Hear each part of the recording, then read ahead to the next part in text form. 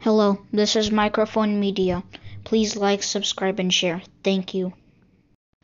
ሰላም ጤና ይስጥልኝ እንደምን ዋላችሁ እንደምን አደራችሁ በመላው ዓለም ላይ ያላችሁ አድማጮቻችን ሰላም ለእናንተ ይሁን። ይህ ማይክሮፎን ሚዲያ ቁጥር 2 ነው። ለማይክሮፎን ሚዲያ ቁጥር 2 አዳዲስ የሆናችሁ ደግሞ እንኳን ደህና መጣችሁ እያልን የሁሉ ጊዜ አድማጮች የቤተሰባችን አካል ሆናችሁ እንድትቀጥሉ ሰብስክራይብ ያላደረጋችሁ ሰብስክራይብ አድርጉት። አዲስ ቻናል ነውና አድማጮቼ ሰብስክራይብ ያላደረጉ በጣም ብዙ ሰዎች እያዩት ነው እያሉን ነው። ዩቲዩብ ጉግል እየላከልን ነውና ሰብስክራይብ አድርጋችሁ የደወል ምልክቷን ተጫኑ። ኦል ምትለዋን መጫን አትርሱ። ላይክ እና ሼር በማድረግ ደግሞ አበረታቱት። የአዲስ ቻናል በከፍተኛ ደረጃ በማደግ ላይ ያለ ነው። ብዙዎች እየወደዱት ነው ያሉት። ምክንያቱም ሐቅም ስለሚያመጣ ነው። የጊዜውን ወቅቱን እየጠበቀ ዜና ሁሉ ጊዜ ኃይል ኢንፎርሜሽን ኃይል የሚሆነው በቅድሚያ ስትሰማው ነው። በጊዜው ስትሰማው ነው እንጂ ካለፈ ታሪክ ነው። በኋላ እየየብትል ምንድነው የሚያወራው ነው የሚል እና ይሄንን ያልኩኝ ስለ ቀይ ባህር ስለ ወደብ ሬድዋን ሐሰን የተናገረው አለ። እሱ ላሰማችሁ አድማጮች። እሱን አጭር ነች። እሷን አሰማችኋለሁ። እስከ መጨረሻ ከኛ ጋር ቆዩ። ሌሎችም እንዲሰሙትንም ሼር አድርጉት፣ ላይክ አድርጉት እያልኩ ወደዛ እንለፍ። አብረን እናዳምጠው። ምኒልክ ከመቶ ዓመት በፊት ያልቻሉትን ኃይለ ሥላሴ ለ13 ዓመት አዋክተውን ያልቻሉትን ደርግ ለ17 ዓመት አጫርሶን ወጣቶች ያልቀው ከ50 ዓመት በታች እድሜ ያለው ሰው በሙሉ ዝመት በተባለበት ወደብ የሚባል ነገር ማምጣት እንደማይቻል እያወቃችሁ የህልም እንጀራ ለመመገብ በሞኝ ክንድ የዘንዶ ጉድጓድ ይለካበታል እንደሚባለው እናንተ አንደኛ ኢትዮጵያ ሉዓላዊነት ተሟጋች መስላችሁ ሌላው እየሞተላችሁ ለ100 ዓመት ያልቻልነውን ቀጣይ የ100 ዓመት ጥፋት ለማምጣት የምትዘምቱት ለምንድን ነው? ዋናው ጠላታችን ድህነት ነው ብለን ስንዘምት እዚህ ላይ ድል እንዳናመጣ የምትጎትቱን፣ ድል ስናመጣም ደግሞ ድል አይደለም ኪሳራ ነው እያላችሁ የምትዘምቱት ለምንድን ነው? ወደብን አንስታችኋል። ምኒልክ ከመቶ ዓመት በፊት ያልቻሉትን ኃይለ ሥላሴ ለ13 ዓመት አዋክተውን ያልቻሉትን ደርግ ለ17 ዓመት አጫርሶን ወጣቶች ያልቀው ከ50 ዓመት በታች እድሜ ያለው ሰው በሙሉ ዝመት በተባለበት ወደብ የሚባል ነገር ማምጣት እንደማይቻል እያወቃችሁ የህልም እንጀራ ለመመገብ በሞኝ ክንድ የዘንዶ ጉድጓድ ይለካበታል እንደሚባለው እናንተ አንደኛ ኢትዮጵያ ሉዓላዊነት ተሟጋች መስላችሁ ሌላው እየሞተላችሁ ለ100 ዓመት ያልቻልነውን ቀጣይ የ100 ዓመት ጥፋት ለማምጣት የምትዘምቱት ለምንድን ነው?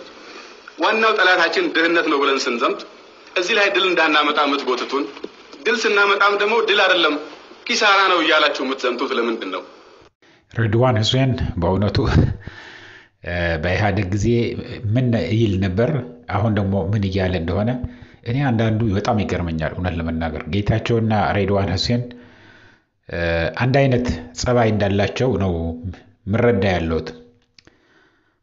በጣም የሚገርም የተናገሩትን መልሰው ደግሞ በተቃራኒው ነጭ ነው እያለ ቆይቶ ነጭ እያሳየ ነጭ ነው ሲል የቆየውን ጥቁር ነው ብሎ ደግሞ ሌላ ጥቁር ነው ብለህ ተናገር ከተባለ ጥቁር ነው ብሎ ለመናገር ምንም ሀፍረት የሌላቸው ናቸው እንጂ ሬድዋን ሐሰን ይሄንን ብቻ አይደለም።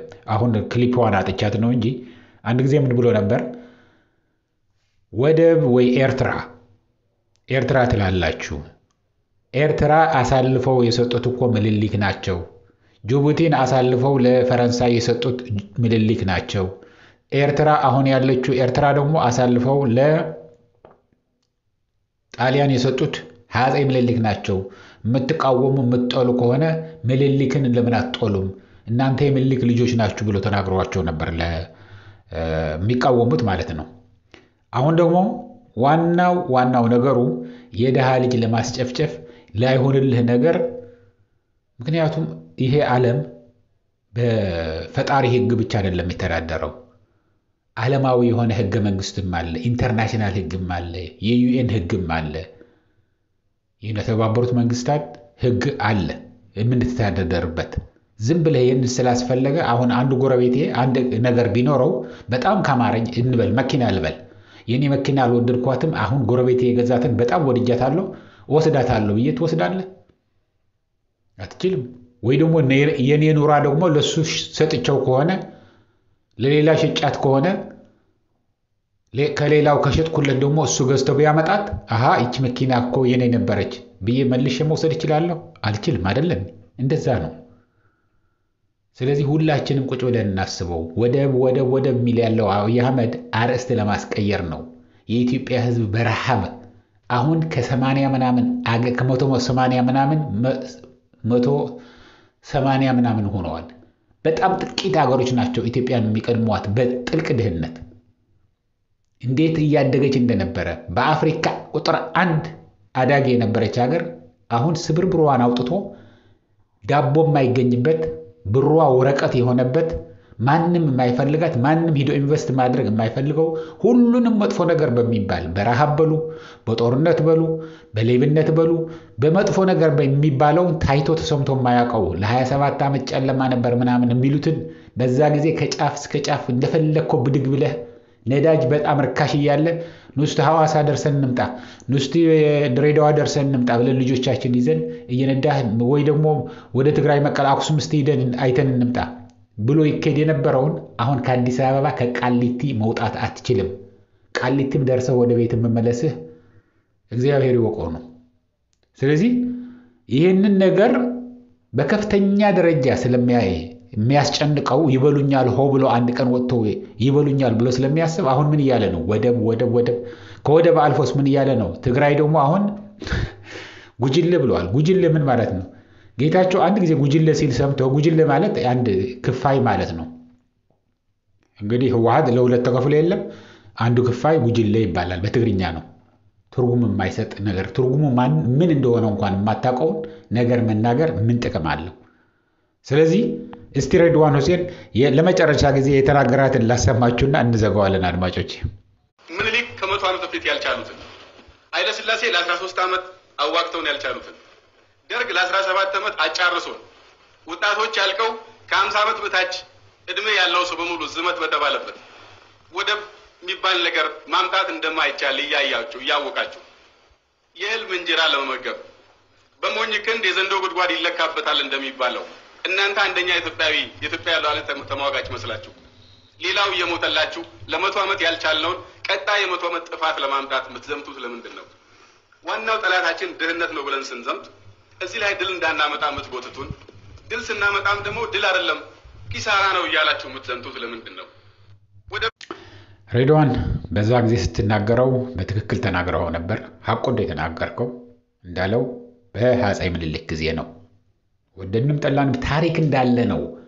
አሁን ለምሳሌ እዚህ አሜሪካን ሀገር የስሌቨሪ ወይም ባርነት በከፍተኛ ወንጀል የተፈጸመበት ነው። አፍሪካ ሰዎች ልከው ነጮች ከአፍሪካ ከቤተሰቦቻቸው ሳያውቁ ምን ሳይሉ ከየጎደናው አፍሰው በመርከብ ጭነው ብዙ ወራቶች ነው የሚፈጀው። በባቡሩም በጉዞ ላይ ያሉም ከግማሽ በላይ እያለቁ ህፃናት፣ ሴቶች፣ ወንዶች፣ አዛውንቶች፣ ወጣቶች ሳይለይ አፍሰው ያመጡበት ወንጀል ስላለ እሱ ነገር በጣም ክፉ ደረጃ የፈለግ ታይቶ ተሰምቶ የማይታወቅ የሚዘገንን ታሪክ ነው ያለው። ግን ያስተምሩሃል፣ አትደብቀውም። ሐቁን መናገር ነው። የኤርትራም አሁን ያለችው ኤርትራ በጫፍ ላይ ነው የነበረው የጣሊያን ሰራዊት ወይ የጣሊያን መንግስት ከመረብ ምላሽ ጀምረህ ውሰዶ ያሉት አፄ ምኒልክ ናቸው። ጅቡቲ ለፈረንሳይ ለ100 ዓመት ያከራዩት አፄ ምኒልክ ናቸው። ስለዚህ ኢትዮጵያ ላንድ ሎክድ ያደረጓት አፄ ምኒልክ ናቸው። ወደድንም ጠላንም ይሄ ነው ሐቁ። ሐቁ ይሄን ነው። ዝም ብሎ በቃ አይነን ጨፍነህ እንደዚህ ነው ብትል ሐቁ አይቀየርም። ለልጆቻችን ይልቁንስ ውሸት አናስተምራቸው። ትክክለኛ ሐቁ ተሳስተውም ከሆነ ትክክልም ከሆነ ጀግናም ከነበሩ ፈሪም ከነበረ ሁሉንም ነው ማለት ያላችሁ። በሁሉንም ከመሪ ጀምሮ ሳይሆን ከራስህ ጀምሮ። አሁን እሱ ሲሞቱ ኢትዮጵያ ውስጥ አሁን ትልቁም ያናደኝ ምን እንደሆነ ታውቃላችሁ? ሲሞት ሁሉ የሌለ ታሪክ የውሸት እድሜውን ልክ እየዋሸ የኖረ ሰው ወይ ደግሞ ቄስም ይሁን ዓለምም ይሁን ምንም ይሁን ሲሞት የህይወት ታሪኩ የሚጻፈው ውሸት ነው። በቃ ለሰው የሚያስደስት ጀግና የሚያደርግህ ሰጪ የሚያደርግህ አድርገህ ነው የምታደርገው። አዲስ ሲሞት እንኳን ሐቁ ቢጻፍ እንዴት ጥሩ ነበር። ይሄ እየተለመደ ነው የሚሄድ ያለውና ይሄ አይጠቅምም። በተለይ ለመጪው ትውልድ ውሸት አናስተምረው፣ ሐቁን እንናገር። አሁን ሬድዋን ይችን አይደግማትም። እርግጥ አብይ አህመድ ይሰቅለዋላ ይችን ከደገማት፣ ግን ያኔ ሲናገራት ግን ሐቅ ነበረች። ይህንን ያልኩ አድማጮቼ ለአሁን እዚህ በቃኛል። እስከሚቀጥለው ጊዜ ድረስ ሰላም፣ ደህና ዋሉ፣ ደህና አደሩ።